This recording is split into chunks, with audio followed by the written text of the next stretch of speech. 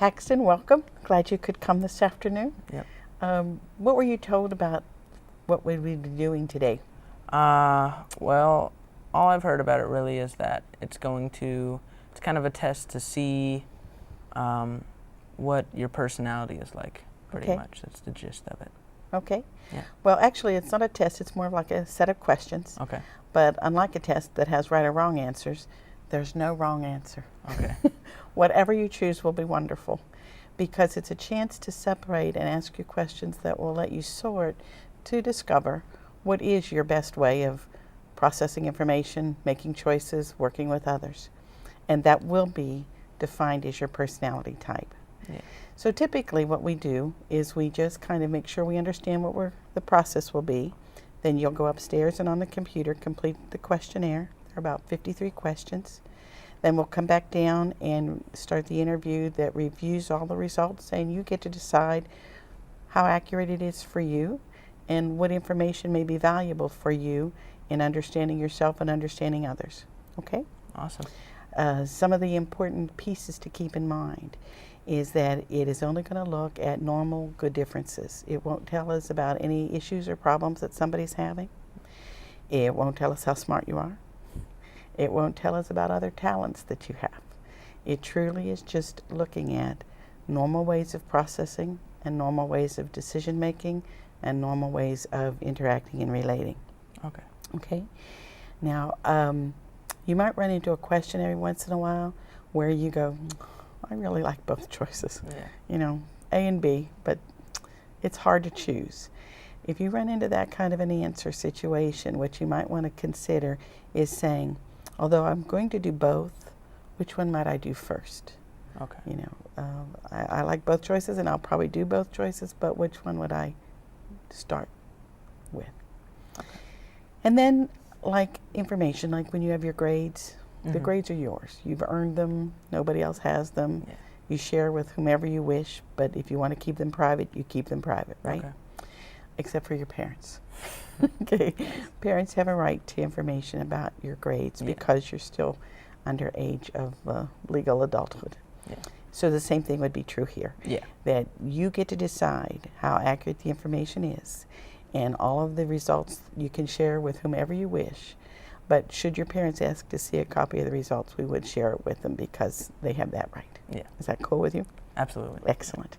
So when we go upstairs, then you'll just see a set of questions that'll give you two choices.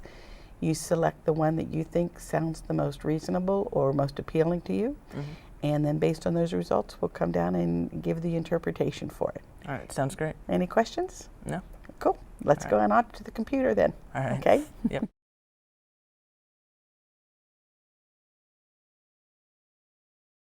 So, welcome back. You completed the questionnaire online. Any comments about the questions or your experience with that? I just thought it was kind of interesting because questions that kind of seemed similar about, like, I don't know, social behavior or something, or how I would act with new people, it's like in slightly different circumstances, I answered kind of differently. So I thought that was interesting. Excellent. And sometimes when we are answering questions, we do think of what do we typically do Yeah. or what do we need to do. And the wonderful part about personality is we can do whatever we need to do. So even though it might not be our natural way, if the situation requires us to greet, we say, okay, I'll do that job. Versus if the situation says, you could greet or somebody else could greet, and you go, well, I'll let somebody else do it because it would not be my favorite way. Yeah. And so when you were answering the questions, you kind of looked at it more of what could I do rather than my choice. Yeah. Okay. Well, we'll see how that impacts the results. Yeah. Which is one of the critical reasons why we always give feedback. Yeah. So that just taking the indicator isn't enough. You want to be sure you give the person a chance to listen to the descriptions and agree or disagree so that they can make the final judgment about what is accurate for them. Okay? And so that's what we're going to do now. Okay. What we'll do is we'll start out, and our first tasks will be with these workbooks. And that will be yours to keep when you leave the program. And you are going to eventually have to make some marks in it. But let's go ahead and just start by looking at page 2. Okay? And page 2 starts out by helping us understand that we're talking about type. They call it personality type, and that these differences exist among all people, no matter what their age, from the very young to the very old. But knowing about them are going to help you to develop that self-awareness so you can manage yourself. And then you can do whatever you need to match the situation. So just exactly the social description that you were giving, it doesn't matter what your energy is. If you need to do that job, you can. But it's awfully nice to know, gee, if that's not my natural energy, maybe I can let somebody else take the lead here, and I'll take the lead in another way. That it helps us with respecting differences. We don't want to respect things that are wrong, but we do want to respect good differences that might not be the way we would approach the task, but allow somebody else to do it their way that works best for them. It helps with career awareness. You seem to have a keen sense of where you would like to go so far with your career, but for some people they're not sure. And so knowing what their preferences are helps them kind of hone in on what kind of careers might be attractive to people with my preferences. And for those who might look at study skills, it helps sometimes help us decide, the better way for me to study might be if I approach the task this way rather than another. Okay? Yeah. If you look at page 5, it gives us 2 terms, stretches and strengths. So when you would use your hand to write, what hand would you typically use? My right hand. Right hand. So when you pick your pencil up with your right hand, it's kind of what? Just natural. Just natural. Just easy. You kind of do. No big deal, huh? Yeah.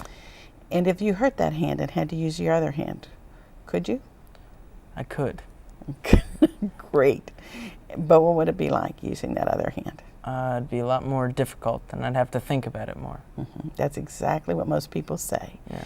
Is that their personality is exactly the same. We're going to talk about the 2 parts, but you actually will have both of them within you. But one will be your preferred side that is allowing you to use it as a strength, and the other side will be your stretch side. You can do it, but you may have to concentrate, you may have to be more careful, and it may take a little more effort in order to be able to use that side of your personality. Okay? Okay. So what we look for in understanding type is understanding what are my personal strengths and what are my personal stretches.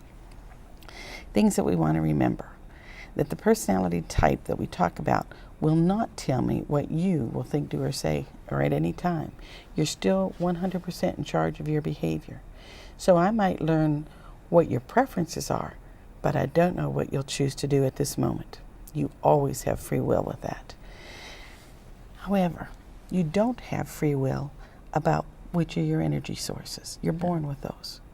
So the personality type comes with you at birth, and it helps to define those natural ways. Just like eventually you decided that your right hand was a more natural way for you. Yep. It was there from the beginning. It'll probably be there for you forever. But you can use your left hand when you need to. We want to remember everybody's smart. One type is not smarter than another. Everybody can make a mistake. And that everybody can do a good job if they put forth the effort that they need to. All right? All right. All right, so our first task that we're going to do is called I Am a Good Student. Okay. And I Am a Good Student is an activity that's going to, again, help you to sort which way sounds more like you. Okay. The first pair of differences looks at the icon with multiple fish on it or the single fish. Both are equally good ways of being a student.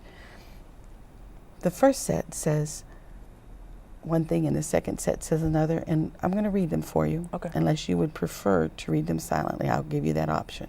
And you can tell me each time which way you would prefer. Okay. But that you're going to decide from those 2, although everything might not be true, which one is more close to matching what you believe is accurate for you. Okay. Okay? So for the first kind of good student, it says, I remember more if I scan the information before the class lesson and read it more thoroughly after the teacher explains it.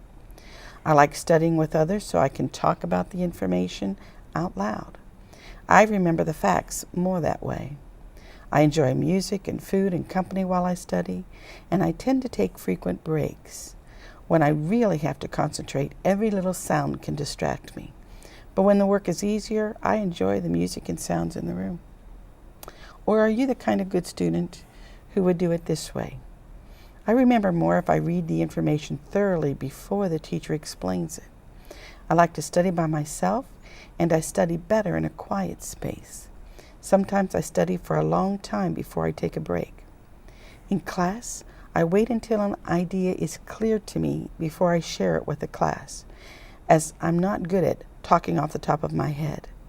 In new groups, I tend to hold back, but with friends, I share freely. So if you were going to select which students sounded more like you, which would it be? I think the first one. The first one? Yeah. Okay, go ahead and circle that icon as the description that matches your style more. Was there a particular piece of that sounded best for you? I think the part where it says, I enjoy the music and food and company while I study, but only when it's easy, and when it's really, I need to concentrate, that I have to be focused in an environment where it's calm and helpful. Excellent. So that's what some good students say is true for them too. We'll go to the next set of differences. And again, it could be this kind of good student or this kind of good student. Okay. Would you prefer me to read them? Sure. Is that good? Yeah. Okay. So the first one says, I'm really good with specifics. I like lots of details, which help me understand a main idea better. And I appreciate detailed directions to help me do the assignment correctly. I also prefer it when my teacher presents the lesson in a sequential order. Information presented sequentially makes the idea easier to process. Coming up with project ideas is difficult for me, but once I get started, I'm able to make exceptional projects. When problems occur, I look to those with past experience for guidance. I trust what I know, and I learn better by exploring what is happening now before venturing to what else could be. Or are you the kind of good student that says, I don't always listen to specific details. Instead, I like to think of what they mean or how they connect. I love studying new and different things. As soon as I get the main idea, I'm ready to move on to the next thing. I get restless when we stay on the same topic. When we get an assignment, I get excited to design it in a new and a different way because I like having an idea no one else considered. I have more fun designing. My final projects don't always match their design, which is frustrating. I'm attracted to exploring innovative options. So which kind of good student do you think sounds more like you? I think the first one. The first one? Yeah. And again, what piece would have matched you best? I think it was when there's problems, I look to people who have past experience to help me. Mm-hmm. And for some, that's one of the best paths for them to go. Yeah. Okay, so go ahead and circle that icon as representative of what you think matches you. And we'll look at the third set of I am a good student. So this time it will either be the puzzle or the people. With the puzzle, it says, I tend to take information and organize it into systems and groups. I prefer working independently unless I trust the skills of the other members in the group. Achievement and meeting personal challenges are important to me, so I want to work with others who share that view. I like to ask why, and I tend to tell people just what I am thinking. I make choices based on what seems right and makes the most sense at the time. Or, are you a good student who would say, I like working with my friends on teams. Cooperating with others is easy for me as I enjoy helping everyone on the team do their part. I like when people are warm and friendly and give lots of compliments because I think it's important to tell people how well they are doing. I make choices based on what I think is important, even if that choice seems illogical to others. My caring nature leads me to help others whenever I can. Does one of those types of good students seem right for you? I think the first one. Okay. And again, why would that first one appeal to you? I think mainly because of the last part on the second one, where it says, I like choosing being caring and nice rather than making the logical decision. And I think that is not me. So I think it really is the first one. So you would use your logic to try to help people. Yeah, and I rather want to than- be nice, but I don't want to make a bad decision just because I want to be nice. Excellent. So go ahead and circle that icon. And we'll look at one more set of differences between two kinds of good students. The first set with the direct arrow says, I like to plan. Once I make a plan for how to study, I want to follow that plan. When a teacher gives an assignment, I want to get started as soon as possible. I'm not comfortable working close to the due date because I'm afraid I won't be done on time.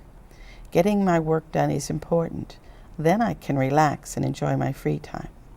I like making lists and then checking things off my list as a sign of my accomplishments for the day. Unplanned changes can interfere with my plans. Or are you the type of good student who would say, I like to be effective and I have a general idea of what needs to be done, but I can change what I'm doing if something more important develops. Working at the last moment seems to inspire my best thoughts, so I tend to work more effectively when the due date is near. I like staying open to other ideas until I absolutely have to decide. I know I have to do the work, but if I can add a bit of playfulness to the work, the task seems to get done easier. It may take a little longer, but adding the fun makes it worth it. So which type of good student do you think sounds more like you? I think the second one. The second one? Yeah. And what part was appealing from the second one? It's that adding a little bit of playfulness just makes it easier and just makes the work better for me. Okay. Can you give an example of what that playfulness would look like? Well, I don't know, if my language arts teacher needed me to write like a fictional story, like instead of making it just making it fun and enjoying myself instead of just trying to follow like the guidelines or the plot of what you need to do. So your playfulness, would it be with the ideas within the story or with others within the room? I think both. I think with the story, but I'm fine with interacting with other people and still having fun and making the environment fun. Okay. And so for that deadline, that's an effective tool for helping bring out your best thoughts, or is it a piece that interrupts your thoughts? I think it helps brings out some of my best thoughts. Excellent. Okay. So circle that icon, and it's a description for you. Perfect. So what we do know about everybody, all types, will be that there are a lot of ways to do that job well. There are a lot of ways to contribute to the team. There are many ways to talk with others so their ideas can be heard. There are many ways to design new ideas and to make those ideas work. And there are many ways we can be good at our job if we work at it. So knowing about yourself, knowing about your personality type, is to allow us to work well with others, use our energy best, and to appreciate what is good and natural in others that we may not have understood as just a natural difference.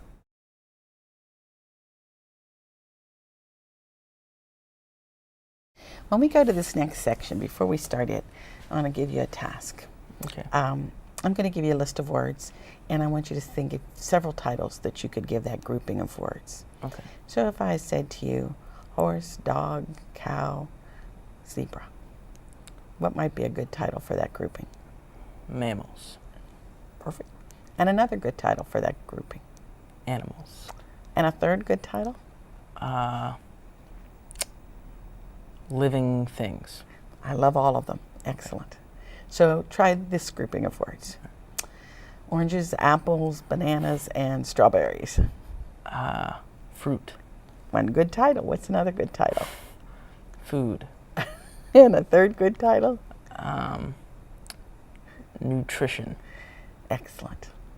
A long time ago, there was a man named Carl Jung, and he did exactly that.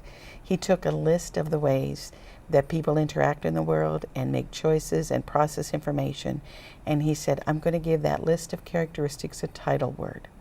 And that title word may not be familiar to many people. You may have heard of it, but a lot of people have not heard of the words he used for his title words. But that's all they are titles for a list of descriptions. So what we're going to do now is we're going to look at the first set of title words and look at those descriptions. And what I want you to do now is to say, based on the list of descriptions, which one do I think sounds more like me? Okay. So the first set of title words that we're going to look at are extroversion, and then in the bottom box, introversion. Okay.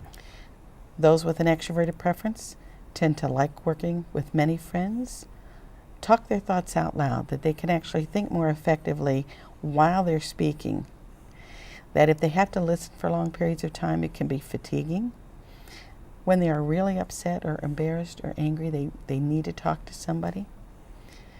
They get their energy by being active. So if they've been listening for a long time in a lecture, they're ready to get up and do something. That brings energy back into their mindset.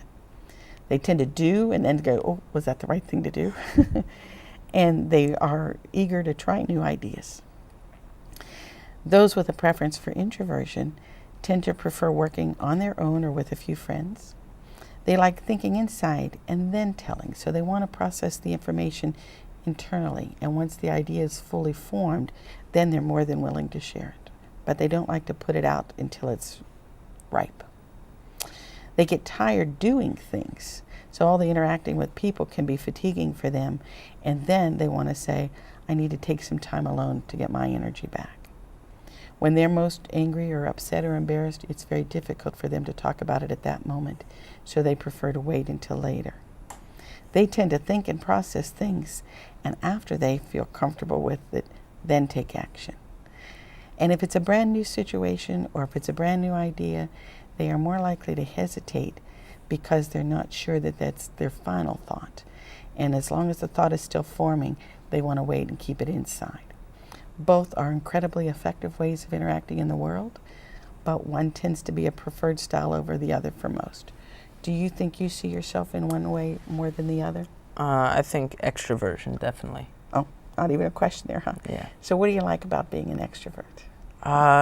Just talking with people, and I really don't like sitting still, and I mean, not necessarily sitting still, but if it's just long periods of times of kind of real downtime, I don't enjoy it. And I like to just I really like being active, and I just like being with people. Perfect. So if you would, go ahead and put a check mark beside the icon of extroversion.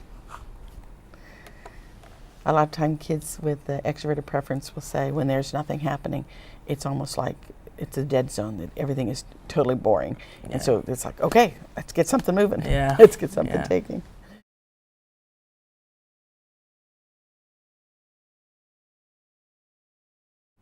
So we have another set of differences, and this time the title words were sensing and intuition, and you can see in parentheses the shortcut version that they use. The icons help to describe these differences, so that those who prefer sensing tend to appreciate specific information, and the more information they have, the more creative they can become. So they don't like vague directions, they like complete directions. Yeah. And it's from that base of good information that they can then look at new possibilities. They want to know a lot of examples, so that if somebody says, here's a concept, then they go, okay, but now help me understand how that works. How does it apply? And the more examples they have, the more clear it is. And it's not a comprehension issue, it's actually a confirmation issue. It's like they understood what you said the first time, but they say, well, another example will just confirm that that's what and then another example will just confirm it again. And so they appreciate that quantity of people being able to provide examples. They tend to enjoy the production phase of things, the doing phase, rather than the design phase. So coming up with an idea is their stretch side. But once they come up with an idea, man, they're ready to take charge and make it happen. That's the part that's more fun for this type. They tend to remember information and details because each of those details is just a little piece of a treasure that they keep in their mind, because they never know when they might need it, so they kind of store it there and save it up and ready to pull out when necessary. And they value experience. So if I'm learning it, I want to do it, I want to use it. That's going to make it more important. And so these people would also say, I trust somebody who's already done the job because they have the experience, they know, and then they can help teach me. People with a preference for intuition tend to value looking at things in different ways. So therefore our icon shows trees in a kind of unique way. They like a few directions so they can do it their way. So they're much more appreciative when a teacher says, just do a project, whatever you want. Yeah. It's like, cool, no, I don't have anybody to hold me back. The censor would say, but I need to know, when do you want it and how long should it be, and what materials can I use? The people with intuition say, let me know the main idea. I'll figure out those details later. And so they may miss some significant details because they focus on just understanding how all of the pieces hook together and connect together to form a main idea. Their love is the design phase. They love coming up with possibilities and new ideas. But when they say, okay, now, let's go do it, they're like, oh, this is the work side. This is the stretch side for the intuitive. One example, two examples, say, that's enough, let's go on. I'm ready for the next thing. Yeah. Because they don't find the joy of hearing multiple examples the way censors do. They tend to skim and only read for the main idea. And occasionally, they will come up with an idea that is so grand, it's like, oh, they envision creating the Taj Mahal.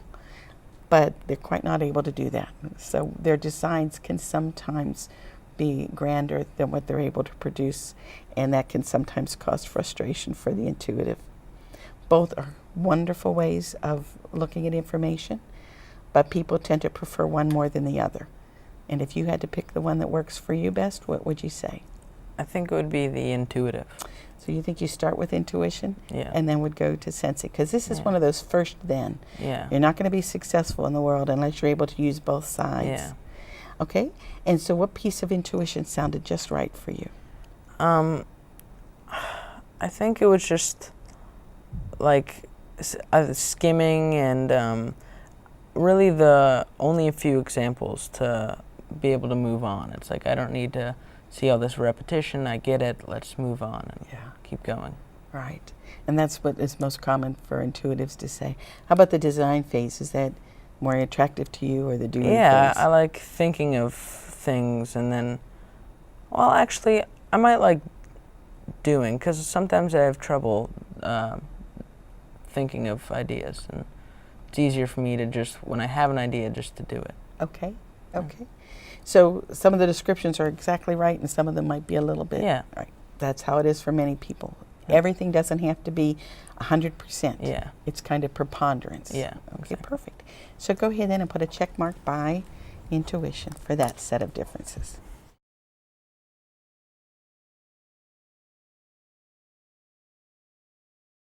The third set of differences uses the title words thinking and feeling.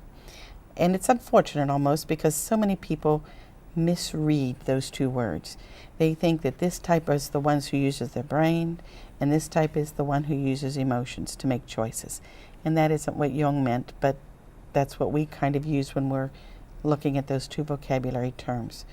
People with a thinking preference use their brain to make choices, and people with a feeling preference use their brains to make choices. But they make them in different ways. Both types use emotions. Those with a thinking preference tend to enjoy those personal challenges and have an underlying need to understand cause and effect. They need to know why. When they can understand cause and effect, the task and the problem are much easier to solve. They tell the truth as they see it. So when they feel that something is wrong, they're quick to point out to you what you need to do to repair the situation. Others may hear that as not being supportive, but they are. They're saying, like, if you just fix this one piece, it'll be a wonderful project. Yeah. So they feel their support for you comes from the honesty with which they're able to identify the flaw. They love to solve problems. So when there's a problem to be solved, it's like a mental gymnastics exercise that lets them come up with some creative answers. They work hard to do the best and be the best. They tend to be independent, so it has to make sense to them, even if it doesn't make sense to other people. It has to make sense to them, or it's hard for them to commit to that decision. Tend to use logic, tend to try to analyze things, demand competence in themselves, sometimes are almost harshly demanding on themselves, that if the world expects them to get 80%, they expect themselves to get 100%. Mm-hmm. So they put themselves to fairly high standards. and do want those who work with them to also be competent at their tasks. And they notice what can be improved first.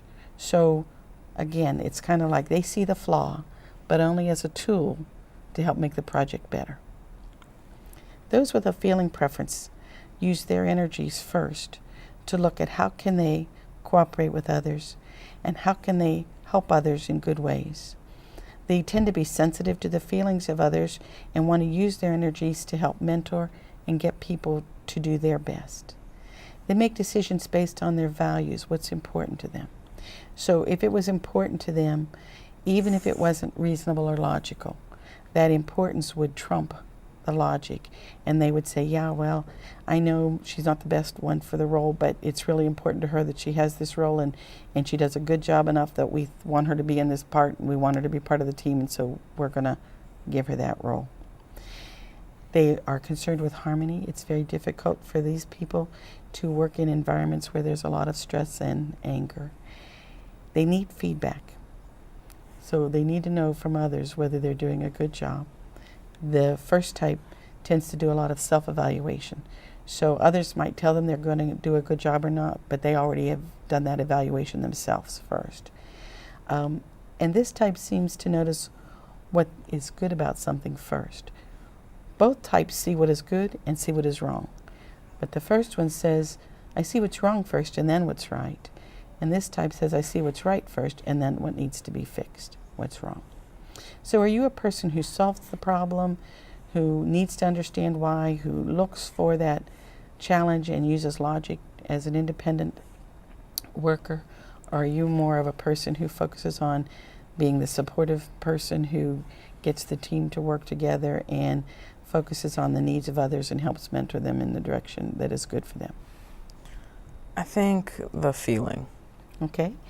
And what part about the feeling person matched for you? I think it's one of the things is with harmony, being concerned with harmony, and also mentoring people and making sure they're having a good time and they're where they want to be, and even if there might be someone a little bit better for the job, but they can do something else and let that person have it. So yeah. Okay, excellent. So those would be common answers. Go ahead and put a check mark by the feeling preference for that.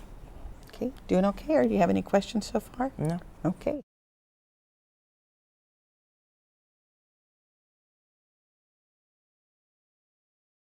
We have one more pairing of differences, and this time the title words are judging and perceiving. People with a judging preference have the straight arrows because they tend to like to make a plan and then they want to do that plan. Yeah. I'm going to do this and take that course and get that done and then get this degree and then go here and go do there. And that once they make a plan, it's important for them to follow that plan. They don't appreciate it if somebody else messes up their plan. Yeah. They like to get things done. So if they have tasks, it's kind of a point to say, let me get all of my work done first and then I can relax and enjoy life. But first I want to complete what I've been assigned to do. If they have work that is due and they are not done, there tends to be an energy stress that comes which is not productive. It's kind of like a tension that says, oh my gosh, I'm not going to get this working. And so they want to get done before that due date so that they don't have to feel that kind of pressure and tension and fear of not being able to complete adequately. They tend to like to work on one project before going on to another. So if they have 5 or 6 things that need done, I have a science project, a math project, a literature project, I've got some outside activities, oh my gosh, too many balls in the air. They're like, let me clear off the table some and get this one done and then that one done and then the next one done. I can enjoy that more than if I try to do 5 at one time. And so therefore they like to get that closure, get that work done before they go on. The other option of people that seem to be effective also in life is those who tend to be more flexible. So they look for change in their world. They might make a general plan, but that general plan is only a guideline, and if somebody says, what about today? Let's change it all around. They go, okay. And they're more willing to go ahead and look at a new perspective. They do like to be a little bit silly and playful while they're working. That becomes a tool to help them get the work done more effectively. and being surprised and having changes, that seems to be enriching for them also. If a due date is near, their energy surge is different. If the due date is near, they get a positive energy surge that says, you've been thinking about it for a long time, now you got to get it down. Then they go, psh, and pretty soon everything is out and done and produced, and they feel good about the drive from that deadline versus being stressed by the drive from that deadline. They may, at times, start too many projects and not finish them all. Because the first type said, finishing it is important to me. The second type said, well, trying it is important to me, and I may not finish them all. They want to keep their choices open until the last moment, even about silly things like, where do you want to go to dinner tonight? Yeah. It's like, well, we could decide this or that, but until you order from the menu, you could change your mind. And so one of their best skills for getting successful in the world is being adaptable and flexible versus their skill for being planful, so they don't have to adapt as much. Both are incredibly effective in the world, but one tends to be preferred by people over the other as their operational style. So do you see yourself more in the judging format or the perceiving format? I think the perceiving. Okay. And what is it about, again, the perceiving format that seems right for you? I think one that really struck me was, in school, definitely, people say not to procrastinate and stuff, but for me it works really well when I leave stuff towards the last minute. I really get my work done fast, and I think it's good work, and I think it's kind of fun to do it like that. So yeah, and that's what people with this preference would say, yeah. is that way works for me. Yeah. Sometimes when they're growing up, they miss the deadlines. They undershoot. They underestimate how long something is going to take. Have you had that happen to you? Once or twice, yeah. And how did you recover? Turned it in the next day. Oh, and you got away with that? Yeah. Oh, wow, you got lucky. Yeah. Sometimes people will have to become very creative with the last moment. Yeah. So I've heard of students doing things as they're riding the bus to school or getting wherever they had to be. I've done it before, like get to class a little bit early and trying to do it before the bell rings. In the 3 minutes between class periods, everything. Yeah. Okay. Well, that would be consistent with people who say they prefer perceiving. So if you'd put a check mark by that one to indicate that was your preference.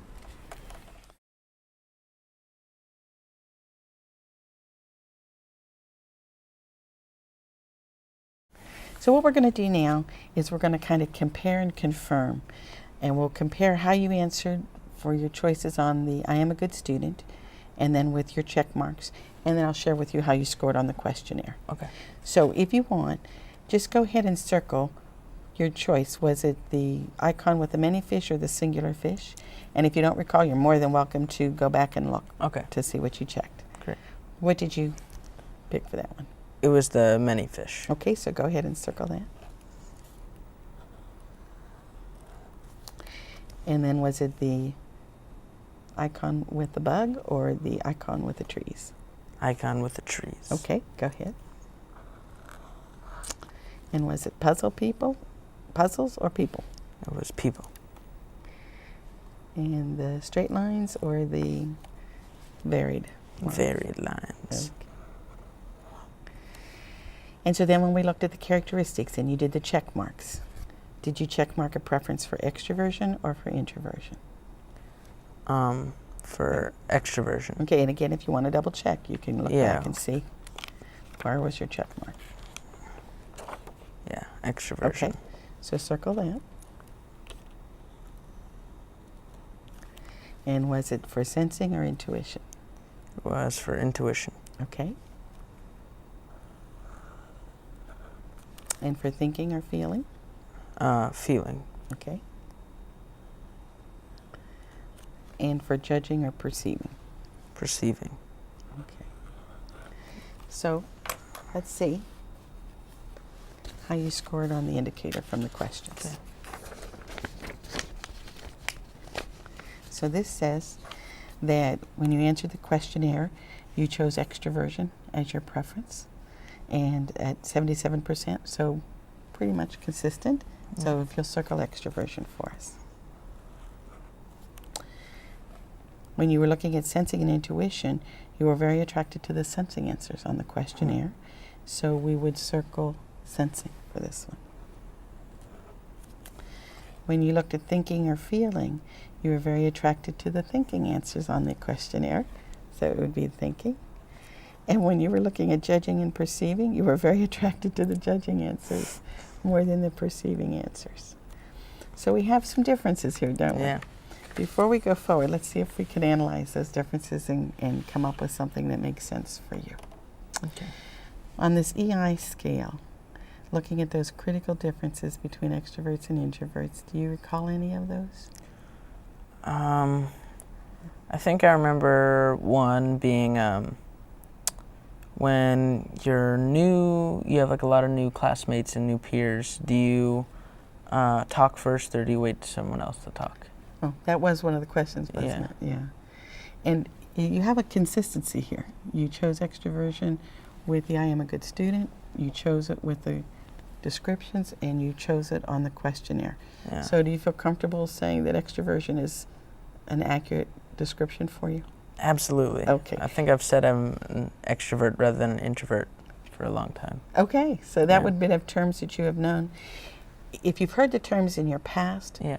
more likely you've heard them from a different definition. Yeah. Because there are different definitions by Yeah. different theoreticians. Yeah, definitely. But this book will tell you Jung's description of those differences. So if you're comfortable with extroversion, let's go ahead and put an E there to indicate that that's your preference. Okay. When we look at the next difference for sensing and intuition, you chose intuition on the I am a good student. You chose intuition on the descriptions, but you chose sensing when you were answering the questions. So your choice now would be, you have several options. One would be to say, when I listen to the descriptions, I think that intuition is more accurate for me. Yeah. Or you can say, I feel pulled between the two of them and I'm not sure yet, and I don't feel comfortable deciding one way or the other.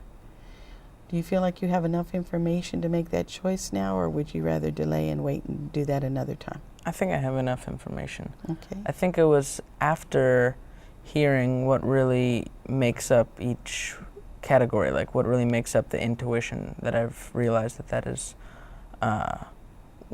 what I use. And I think with the test on the computer, it was certain scenarios that I might have acted differently in. Okay. So keeping those scenarios in mind impacted your responses, but you feel very comfortable that intuition is accurate for you? Yeah. Okay. So go ahead and put the N for intuition then. Because you really have your whole lifetime to decide. Yeah. You don't have to do it today. If you want to take your time, you feel free to do that. On the third set, you had a choice of feeling on the I am a good student, feeling on the descriptions, but thinking on the questionnaire. So we have those two possibilities again. You can say, I'm still not sure which one is accurate for me, or you can say, based on what you've taught me today, I feel comfortable choosing this one over that one. And I think for that one, I'm still just not comfortable, because there was definitely things from both thinking and feeling that sounded like me, so I just don't think I know yet. Okay, and that's perfect. So we can have a choice of putting T/F, meaning I'm still deciding between those two, or a question mark to say I'm not sure yet, whichever way you'd like to go. Do a question mark. Okay. All right, on the third pairing, for judging and perceiving, you chose perceiving when you did I'm a good student, you chose perceiving on the descriptions, and you chose judging when you answered the questions. So we have our choice again of making a selection or saying, no, I'm still being pulled between the characteristics. Do you feel like you have a comfortable idea of the difference between perceiving characteristics and judging characteristics, or would you like to review those? I think I have a pretty good idea, and I Okay. think I definitely think of myself as using the perceiving. Okay, so you don't need to hesitate, you're ready to go with perceiving? I think so. Perfect. Then go ahead and put a P there. Okay. So this would say that you believe you have a preference for intuition, extroversion, perceiving, but you're still deciding about thinking and feeling. Yeah. Okay. When we look at your report, it's going to tell us in the beginning of your report some of those same basic pieces of information that you've already had about what we do with it and what personality type is, and those terms of your strengths and your stretches and how those can help you. To remember that everybody can be smart, everybody can make mistakes, and everybody can do a good job, but that you're in charge of yourself. And the more you understand about yourself, the more you can manage yourself when you have to do jobs that are not your natural strength. So these characteristics are then similar to the ones we just read, so we're not going to go over these again.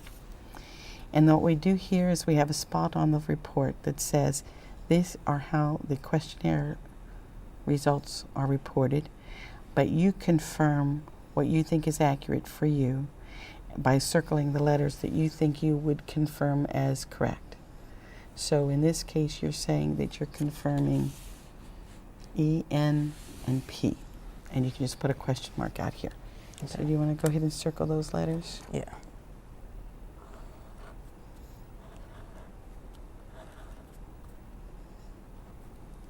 Okay. Like I said, you have a lifetime to decide. Yeah. So no rush at all.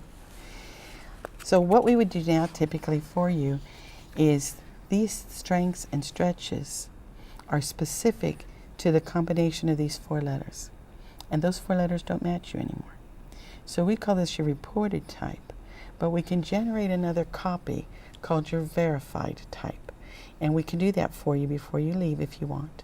That says specifically which one of these are your true strengths and your true stretches. And then the rest of the report would be perhaps more accurate for you. Yeah. At this time, probably some of the bullets would be right, but not all of them. Okay. So if you don't mind, we'll go ahead and generate that other report and talk with you about that, okay? Okay. Let's look at your book for a moment, if you don't mind. So once you know your 4 letters of type, it says if you're going to make a good decision, any good decision that you make actually has to use both your strength side and your stretch side. So that if you're going to truly think wisely, you're going to have to ask questions that go with sensing, with intuition, with thinking, and with feeling.